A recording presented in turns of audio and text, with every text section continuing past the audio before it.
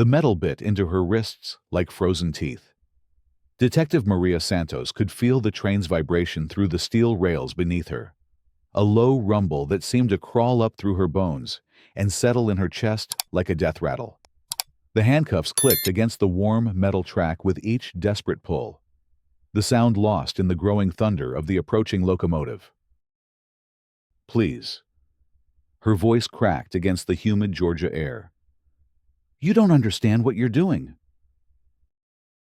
Officer Derek Hawkins stood 20 feet away, his thumbs hooked in his belt, watching her with the detached curiosity of a child observing an ant farm. The late afternoon sun cast his shadow long across the gravel between the tracks, and something in his pale eyes suggested he was enjoying this far more than any human being should. The silver badge on his chest caught the light, reflecting it back in harsh, blinding flashes. "Oh, I understand perfectly." His voice carried the lazy drawl of someone who'd grown comfortable with power, someone who'd never had it questioned. "You were resisting arrest, running your mouth about rights and procedures. Thought you could tell me how to do my job." He spat into the dust. "Now you get to learn some respect." The train's horn blasted across the countryside, a sound that seemed to split the very air. Maria's heart hammered against her ribs so hard she thought it might break free. She could see the locomotive now, a massive steel beast bearing down on her position with the inevitability of Judgment Day. The engineer would never see her in time, not with the curve in the tracks and the setting sun in his eyes. "This is murder," she screamed, her voice raw. "You can't do this." Hawkins checked his watch with theatrical precision. "Train's due at 5:30. It's 5:28 now." He smiled, the expression never reaching his eyes. "Better start praying, girl." But Maria Santos had stopped praying years ago, the day she'd decided to become a cop instead of waiting for divine intervention. She'd learned that justice was something you had to fight for, not something that fell from heaven like rain. And she'd learned it in the hardest way possible. Growing up in the kind of neighborhood where police sirens were lullabies and broken promises were scattered across the pavement like glass from shattered dreams. 36 hours earlier, Maria had been sitting in her unmarked sedan outside a convenience store in Millerville, Georgia. Population 3. 847, watching the locals go about their evening routines. She'd been undercover for 3 months, investigating a human trafficking ring that the FBI suspected was using small southern towns as waypoints for their cargo. Young women, mostly immigrants, disappeared into the network and emerged in cities hundreds of miles away, if they emerged at all. The assignment had brought her deep into rural Georgia, into communities where outsiders were noticed and remembered, where her skin color made her stand out like a neon sign in a church. She'd crafted a cover story as a freelance journalist, writing about small-town life, complete with press credentials and a rented apartment above the local diner. For 3 months, she'd been invisible, just another face in the crowd, gathering intelligence and building the case that would bring down the entire operation.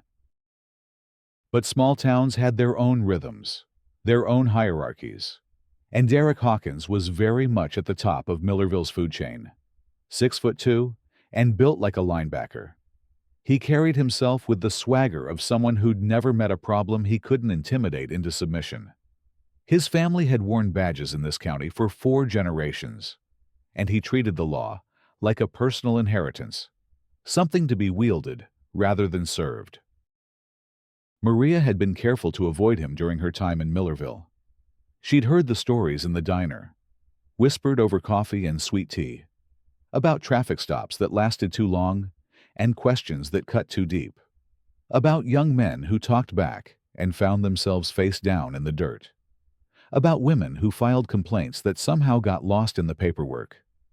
Derek Hawkins was the kind of cop who gave all cops a bad name, the kind who saw the badge as a license to settle scores and assert dominance. She should have left town that morning. Her handler at the bureau had called with new intelligence, a lead that required her to relocate to Atlanta immediately. The trafficking ring was moving faster than expected, and they needed her to track a shipment that was coming through the city within the week. She'd packed her few belongings and loaded them into her rental car, a nondescript Honda Civic that wouldn't attract attention on the highway. The traffic stop had been routine at first. She'd been doing 43 in a 35 zone, distracted by thoughts of the case and eager to get on the road, when she saw the flashing lights in her rearview mirror.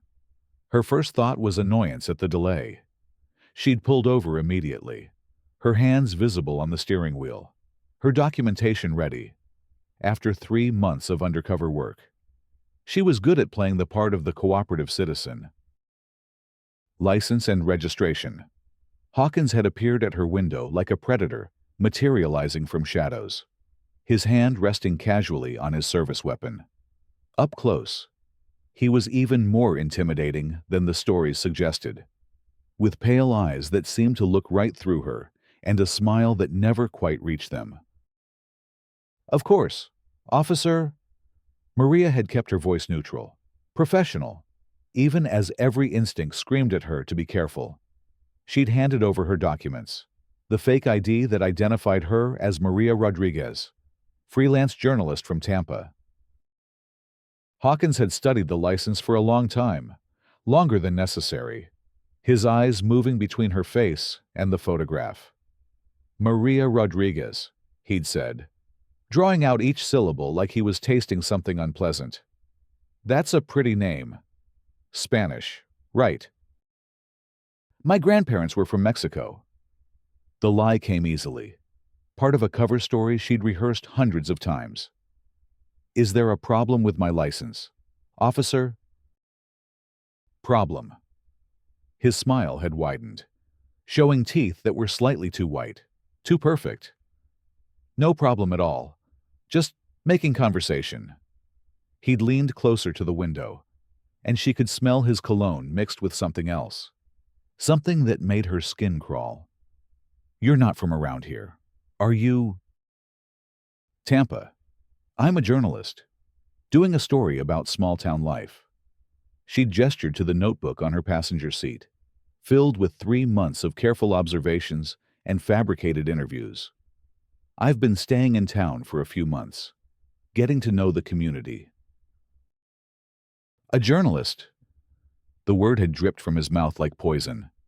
"Well, that's interesting. Real interesting."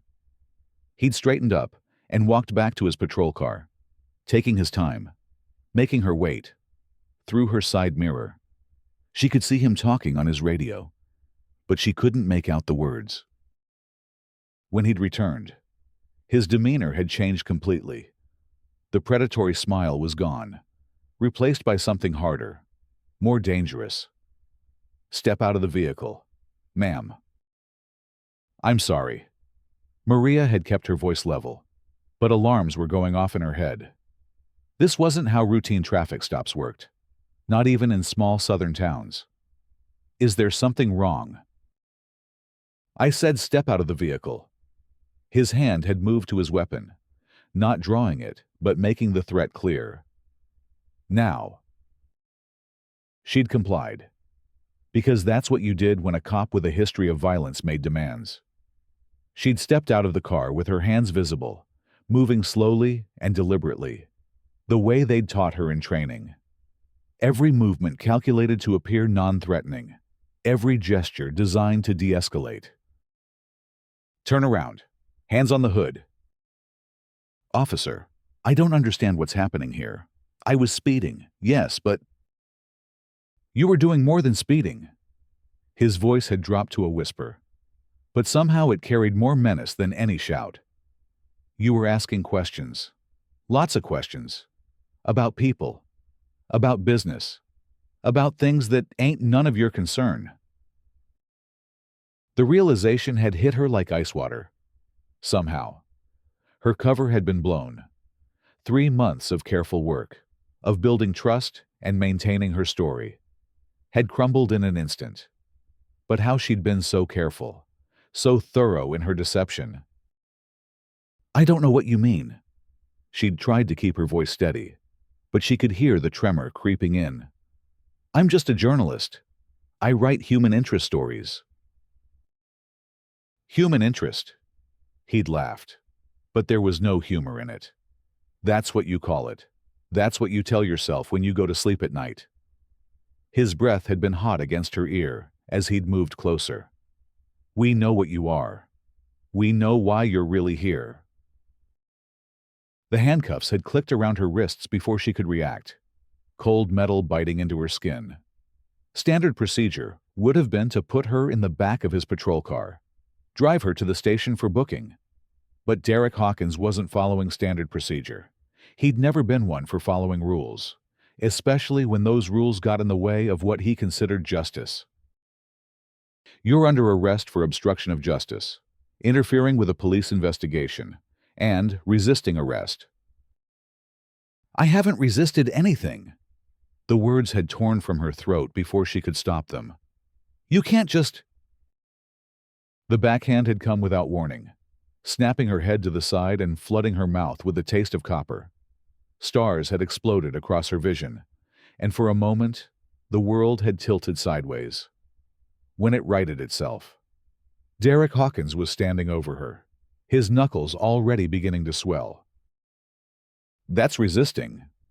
His voice had been calm, conversational, as if he'd just commented on the weather. And now you've got a bruise to prove it. She'd spat blood into the dust, her cheek throbbing with each heartbeat. You're going to regret this. When people find out what you've done. What people? He'd grabbed her by the arm, his fingers digging into her flesh hard enough to leave marks. Your editor, your newspaper, your family back in Tampa. He'd started walking, dragging her away from the road, away from the safety of passing traffic. Nobody's going to come looking for Maria Rodriguez. Nobody's going to care what happens to another nosy reporter who stuck her nose where it didn't belong. They'd walked for what felt like hours, but was probably only minutes, following a dirt path that led away from the main road and into a grove of pine trees. The setting sun filtered through the branches, casting everything in shades of gold and shadow. In different circumstances, it might have been beautiful, but beauty was the last thing on Maria's mind as Derek Hawkins marched her deeper into the woods, away from witnesses, away from help.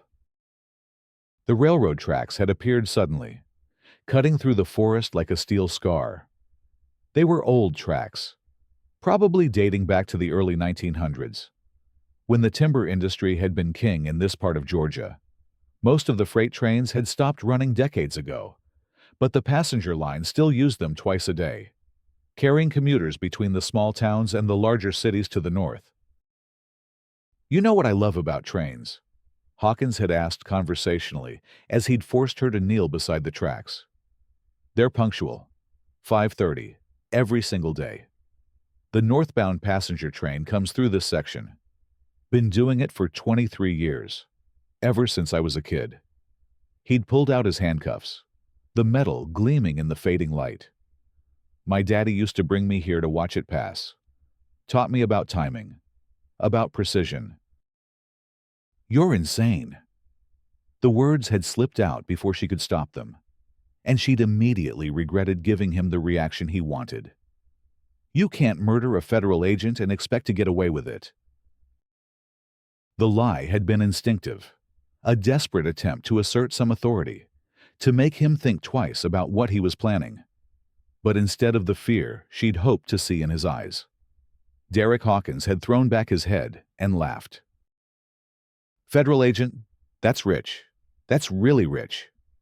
He'd secured one cuff around her wrist and threaded the chain around the rail, clicking the other cuff tight enough to cut off circulation. You must think I'm some kind of country bumpkin, don't you? Some backwoods sheriff who doesn't know his ass from his elbow? He'd straightened up and dusted off his hands, looking down at her with the satisfaction of someone who'd just completed a difficult but necessary task. I know exactly what you are. Maria Santos. FBI Special Agent Maria Santos, assigned to the Atlanta field office, currently working undercover to investigate what you people call human trafficking. Though I prefer to think of it as a transportation service for people who want to start fresh somewhere new. The use of her real name had hit her like a physical blow. Her cover wasn't just blown, it had been shredded, demolished, burned to the ground. Someone had betrayed her, sold her out to the very people she'd been investigating.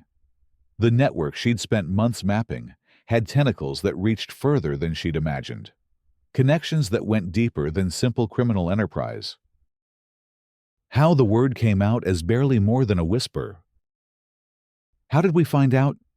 He'd crouched down beside her, close enough that she could see the pores in his skin, the small scar above his left eyebrow. You were good. I'll give you that. Real professional. But you made one mistake. Just one tiny little mistake. He'd reached into his shirt pocket and pulled out a photograph, creased and worn, like it had been handled many times. It showed Maria at the FBI Academy graduation ceremony, proud and young in her dress blues, shaking hands with the director. She remembered that day, remembered how her parents had beamed with pride from the audience, remembered the weight of the badge as it was pinned to her chest. Facial recognition software is a wonderful thing. Hawkins had continued, tucking the photo back into his pocket. Upload a picture to the right database, and you can find out everything about a person. Their real name, their job, their address, their family. His smile had turned predatory again. Your sister Anna. She's a teacher in Phoenix. Right cute kids. Your parents still live in that little house in Tucson. The threat had been clear, unspoken, but unmistakable. This wasn't just about her. This was about everyone she'd ever cared about. Everyone who might ask questions if she disappeared. The scope of the conspiracy was bigger than she'd imagined, with resources and connections that stretched across state lines. What do you want? She'd asked, hating the way her voice shook. Want? He'd stood up and brushed the dirt from his knees. I don't want anything from you. Agent Santos, you've already served your purpose. For 3 months. You've been our early warning system, letting us know exactly what the FBI knew and didn't know about our operation. Every report you filed, every piece of intelligence you gathered, it all went straight to us. The betrayal had been like a knife to the gut. Someone at the bureau, someone she trusted, had been feeding information to the trafficking ring. Every move she'd made had been anticipated, every strategy compromised from the start. She hadn't been hunting criminals. She'd been dancing to their tune, a puppet whose strings were being pulled by people she'd never even met. But now you know too much. Hawkins had continued. And that makes you a liability. Can't have federal agents wandering around asking uncomfortable questions, making life difficult for honest businessmen. The train's whistle had sounded in the distance then, still miles away but growing closer. The 5:30 northbound, right on schedule. Just like Hawkins had said. Maria had tested the handcuffs again, pulling until her wrists were raw and bleeding. But the metal held firm. She was trapped, chained to the tracks like a sacrifice to some ancient god of steel and steam. The beautiful thing about train accidents, Hawkins had mused, checking his watch again, is that they're so final, so complete. Nothing left but scattered pieces and twisted metal. Even dental records won't help when there's nothing left to identify. He'd started walking away then, leaving her alone with the approaching thunder of the locomotive. But he'd stopped after a few yards and turned back, as if remembering something important. Oh, and, Agent Santos, when they find what's left of you, the official report will say you were investigating the tracks after reports of suspicious activity. A dedicated federal agent who died in the line of duty, trying to stop criminals from sabotaging the railroad. Very heroic. Very tragic. His grin had been sharp enough to cut glass. "I'll make sure you get a nice funeral. Full honors." And then he'd been gone, disappearing into the trees like a bad dream, leaving her alone with the growing vibration of the approaching train. The sound was getting louder now, a rhythmic pounding that seemed to match her heartbeat. She could feel it in her chest, in her bones, in the metal rail that would soon become her executioner. Maria pulled at the handcuffs again, ignoring the pain as the metal bit deeper into her flesh. Blood made her wrists slippery, but it also made the cuffs harder to grip. She tried to stand, thinking she might be able to throw herself clear of the tracks, but the chain was too short. Hawkins had measured carefully, ensuring she would be positioned exactly where the locomotive would strike. The train's headlight appeared around the bend, a brilliant white eye that seemed to stare directly at her.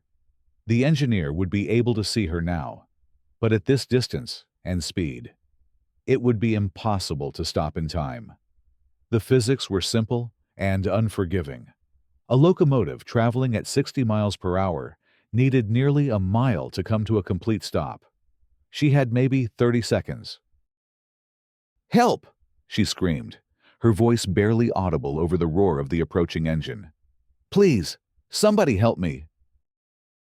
But there was no one to hear her, except the trees and the setting sun and the indifferent steel rails that stretched away into the darkness. She was going to die here, alone and forgotten. Another casualty in a war that most people didn't even know was being fought.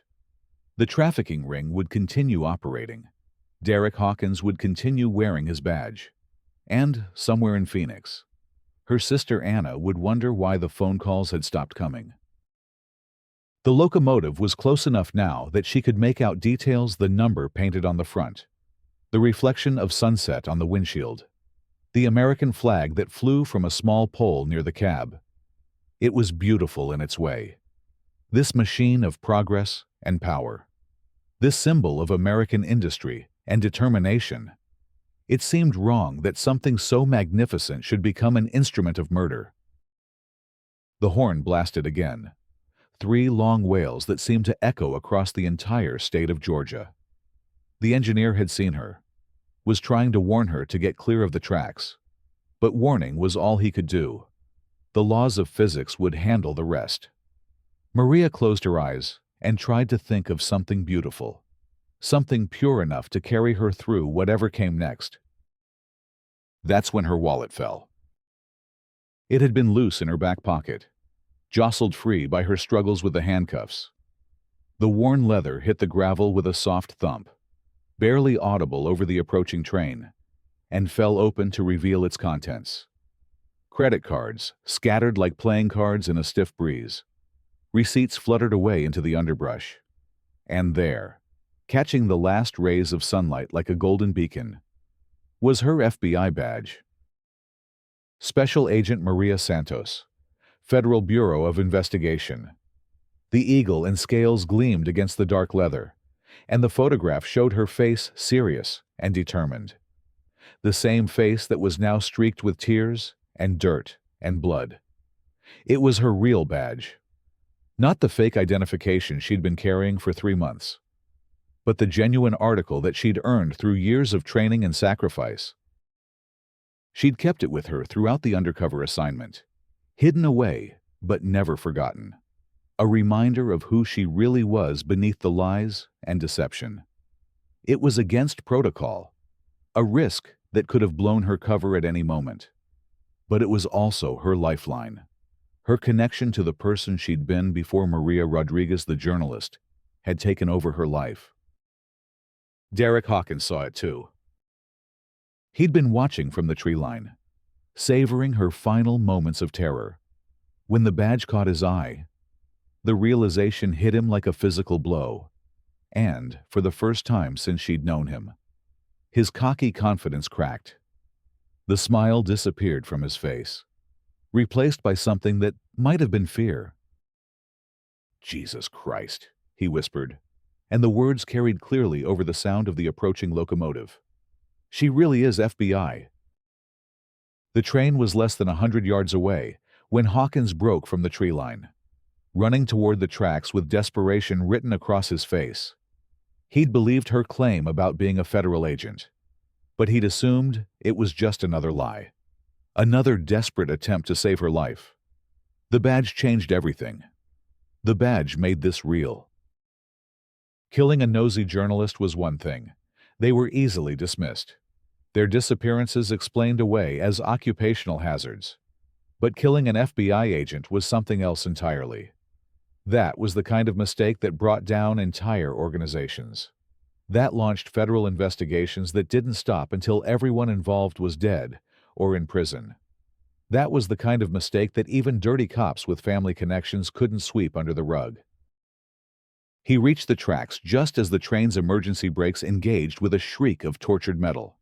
Sparks flew from the wheels like fireworks, and the smell of burning steel filled the air.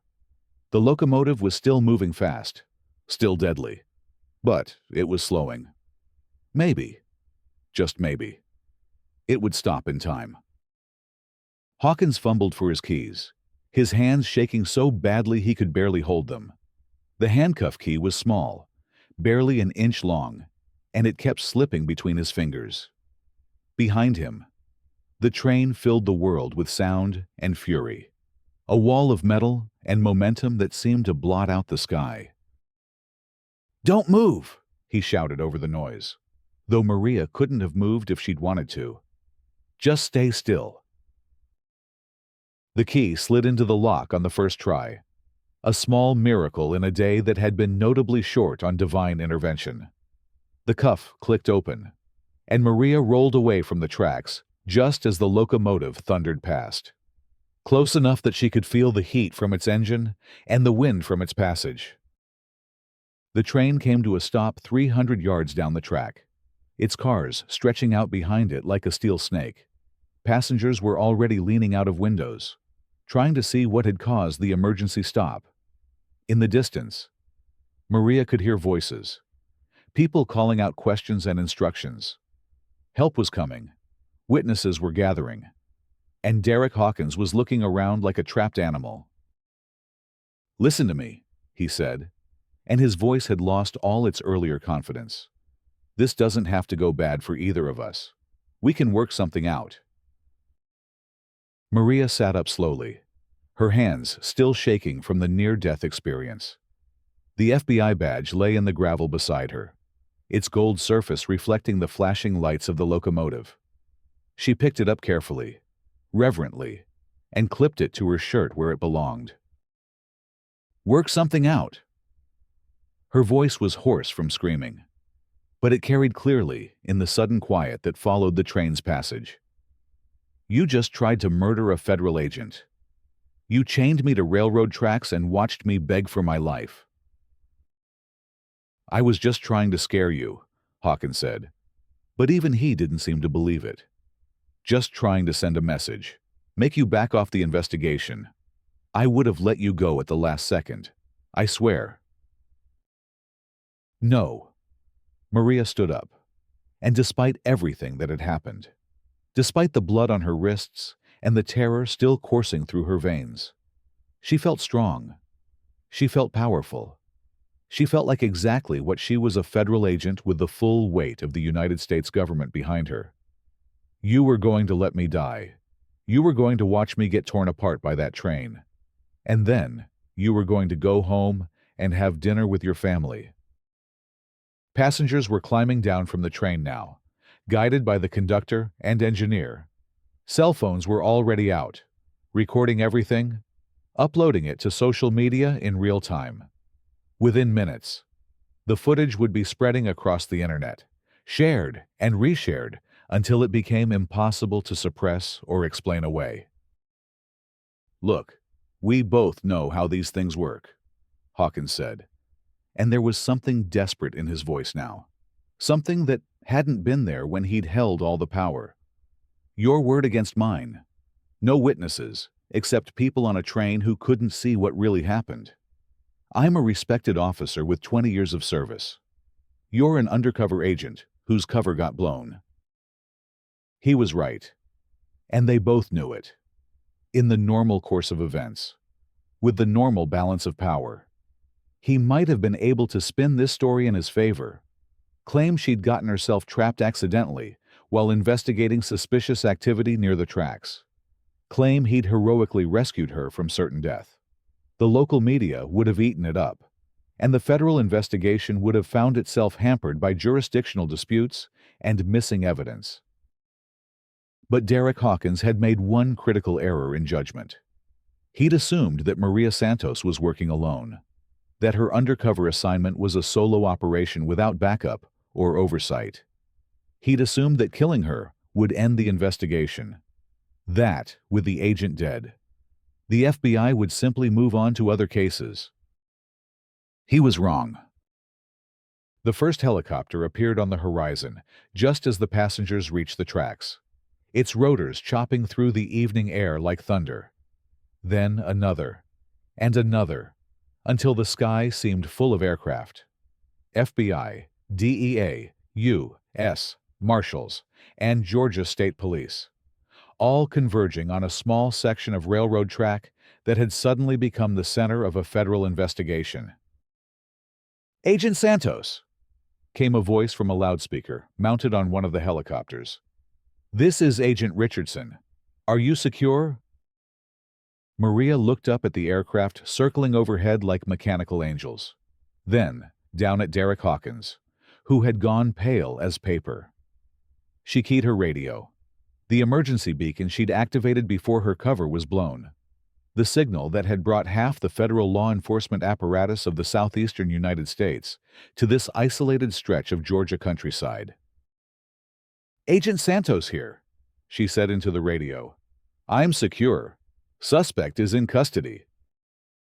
Hawkins made a move toward his service weapon, but Maria was faster. 20 years of martial arts training and FBI tactical instruction paid off as she swept his legs and put him face down in the gravel beside the tracks. The same handcuffs that had nearly killed her now secured his wrists behind his back, the metal clicking shut with the sound of justice finally being served. "Derek Hawkins," she said formally, reading from the Miranda card she always carried. "You are under arrest for attempted murder of a federal officer, conspiracy to commit human trafficking, obstruction of justice, and violation of civil rights under color of law. You have the right to remain silent. Anything you say can and will be used against you in a court of law." The helicopters were landing now, agents pouring out with weapons drawn and tactical gear gleaming. The passengers from the train watched in amazement as what had seemed like a simple railroad emergency transformed into something from a Hollywood movie. Cell phone cameras captured everything, uploading the footage to servers around the world, ensuring that this moment would be preserved forever. "This is Agent Richardson," called out a tall woman in a bulletproof vest, jogging toward them across the railroad bed. "Agent Santos, are you injured?" "Cuts and bruises," Maria replied, standing up and dusting off her clothes. "Nothing that won't heal. But we need to secure the scene and start processing evidence immediately. This goes deeper than one dirty cop." Richardson nodded and began barking orders into her radio. Within minutes, the railroad tracks were crawling with federal agents, crime scene technicians, and evidence specialists. The isolated section of Georgia countryside had become the epicenter of what would later be called Operation Broken Rails, the largest human trafficking bust in the state's history.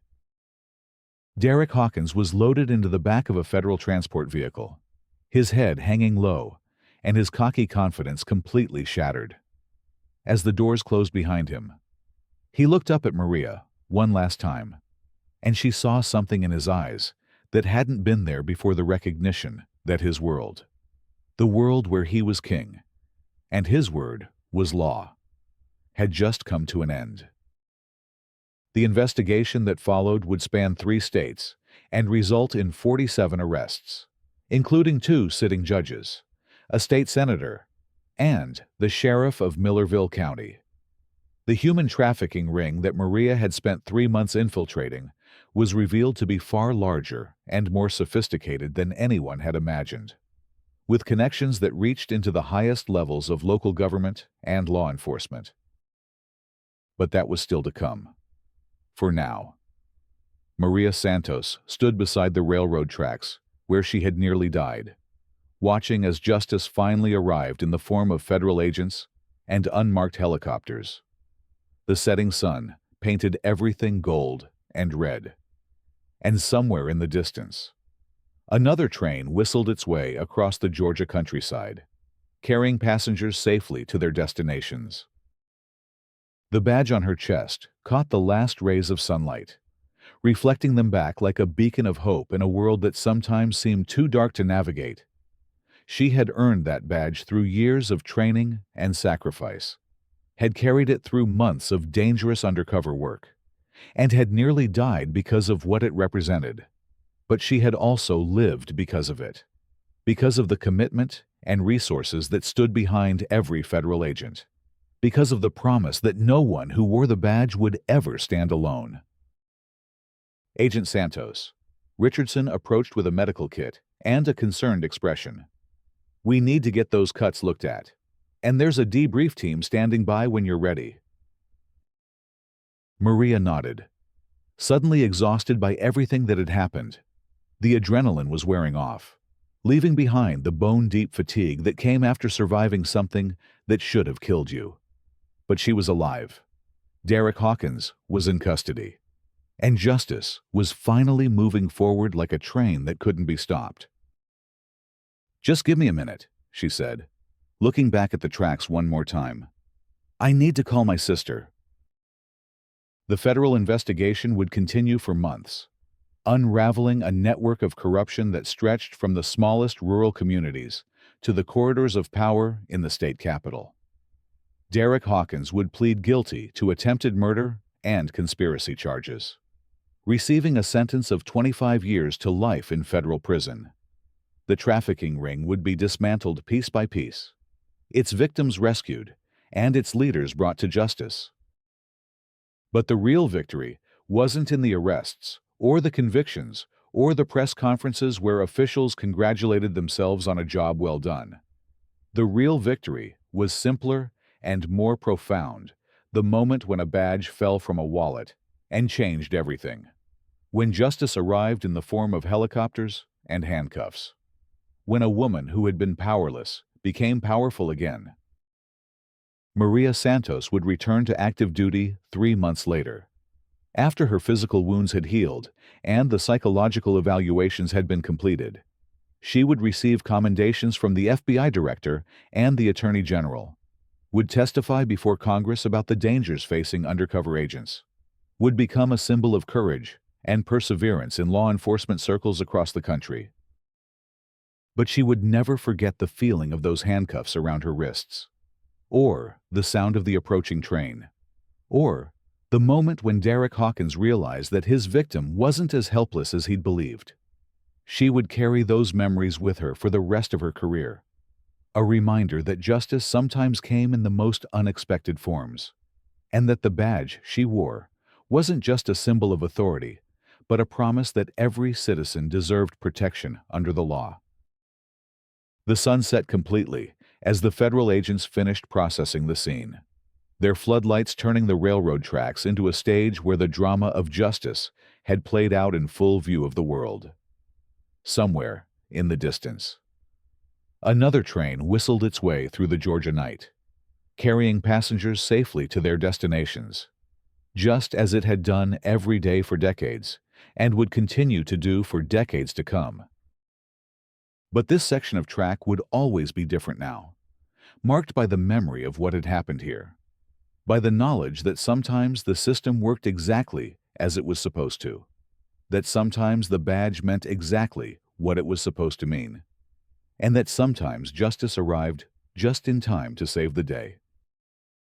Derek Hawkins would spend the rest of his life in prison, his family name permanently stained by his crimes, his 20 years of service overshadowed by 20 minutes of evil.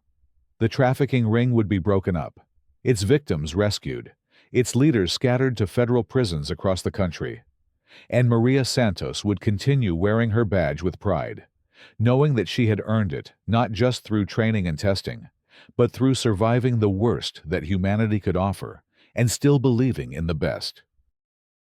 The trains would keep running, the agents would keep investigating, and justice would keep finding its way through the darkness. One case at a time, one badge at a time, one moment of courage at a time, because that's what the badge meant.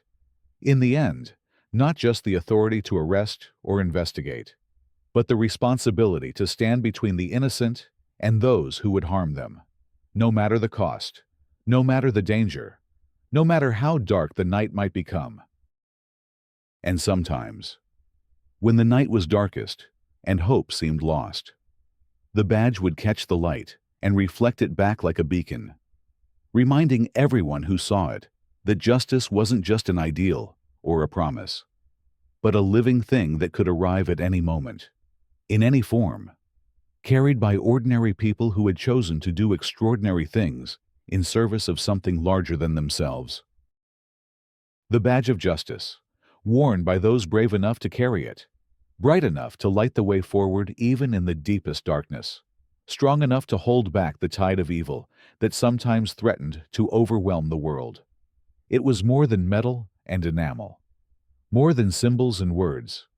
It was hope itself, made manifest in the form of men and women who had sworn to protect and serve, who had chosen to stand on the thin blue line between order and chaos, between justice and injustice, between light and darkness.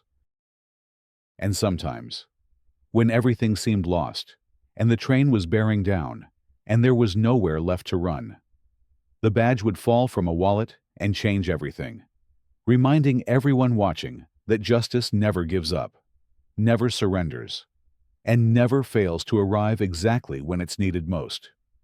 That was the real power of the badge. Not the authority it granted, but the hope it represented. The promise that no one was ever truly alone, as long as there were people willing to wear it and everything it stood for. The story would be told and retold in law enforcement circles for years to come. A reminder that the badge meant something, that justice was real, and that sometimes the good guys really did win in the end. And every time someone pinned on their badge for the first time, they would think of Agent Maria Santos and the railroad tracks in Georgia, and they would remember that wearing the badge wasn't just a job or a career, but a calling to something higher, something better, something worth risking everything to protect. Because that's what justice looked like in the real world, not perfect, not pretty, but real and powerful and unstoppable once it got moving, like a train on the tracks, heading toward its destination with the kind of momentum that could overcome any obstacle, break through any barrier, and arrive exactly where it needed to be, exactly when it needed to be there. The badge of justice, carried by ordinary people doing extraordinary things, lighting the way forward one case at a time, one arrest at a time, one moment of courage at a time.